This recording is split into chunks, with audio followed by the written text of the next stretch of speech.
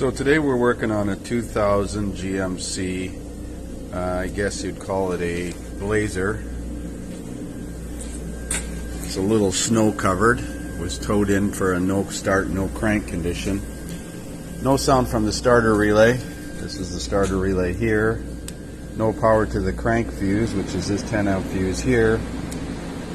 This IgnC fuse was burnt. As soon as I put that fuse in, replace that IgnC fuse, it was burnt. That feeds power to the ignition switch.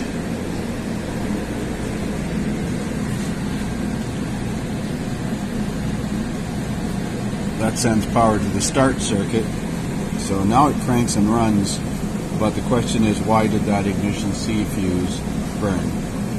So looking at power distribution, that fuse feeds power to the starter circuit, but it also feeds two other contacts in the ignition switch, and this one says start and run are not used, and this one shows it feeds power to instrument cluster fuse 11. Trying to see if there's any other power distribution diagrams, because my concern is, why did that fuse burn? It's not common for a fuse to just burn for no reason. There's usually a cause for it. So we're going to have a look at a couple other power distribution diagrams to see if there's anything else using that IgnC fuse. And I guess start it and run it and see if it burns. So I got the thermal camera here. It's hard to see, but that fuse is glowing now that I put it in. And I can almost hear a crackling sound, like there's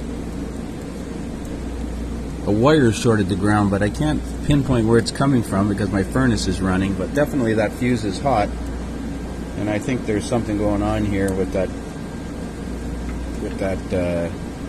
circuit under the fuse box. I think it might be shorted to the fender or something.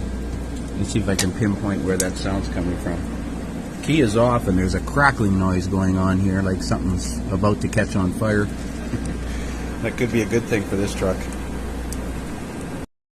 So I removed the fuse panel, lifted it up, and this harness here that runs down under the ABS unit, I could hear a sizzling going down there. You can actually see a little whiff of smoke coming out still. I don't know if you can see it on the camera, but it's there it is. Now the fuse blew again when I moved the harness, and there's got to be a short between the inner wheel well and the harness underneath this ABS unit, because that harness runs through a pass-through in the firewall back here. And I think the easiest thing to do is you remove the inner fender skirt, because I don't want to try to move this ABS unit. That's crazy. So we're going to give that a shot. Maybe put it up on the hoist. See if we can locate where that wire is compromised. So the vehicle's up on the hoist, in the air, the tire's off, and I look inside the wheel well here, and I see somebody's welded in a patch right in the area where the wiring harness would run.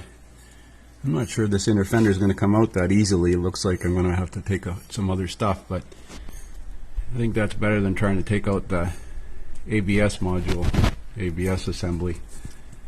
But that's very suspicious. I wonder if the heat melted into the wiring harness here. Well, that was fun. Had to take the air box out.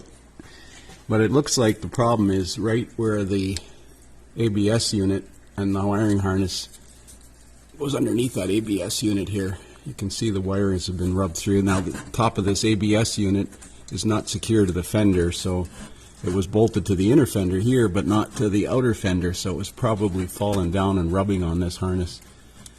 So I'll have to untape this and see if we can find the damaged wire in there. There's also some other wires that are melted right here, probably due to the welding, but and the heat from the welder. They don't look too bad. Anyways, we'll take that harness apart and see what we can find. So the wire we're looking for is an orange wire from that IgnC fuse. So we're going to see. I've got this harness kind of pulled down now.